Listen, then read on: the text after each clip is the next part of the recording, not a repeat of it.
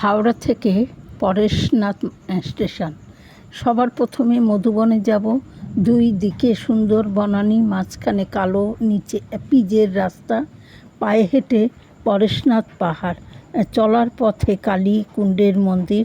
পরেশনাথ মন্দিরে এগিয়ে চলতে চলতে সাদা রঙের মন্দির দেখতে খুব সুন্দর। পরেশনাথ পাহাড় ও পরেশনাথ মন্দির। এখন যেখানে আছি নিচে গন্ধর্ব নালা, শর্টকাটে রাস্তা দিয়ে খুব তাড়াতাড়ি পৌঁছে গেলাম। সিঁড়ি ধরে যে রাস্তায় উঠলাম, একটা শেডের নিচে বসলাম। ছেলেটাকে কিছু শুকনো খাবার খাইয়ে তারপর একটা দোকানের কাছে এসে ম্যাগি খাইয়ে দিলাম ছেলেটাকে। তারপর ছেলেকে পিঠে নিয়ে 4 কিলোমিটার রাস্তা পরেশনাথ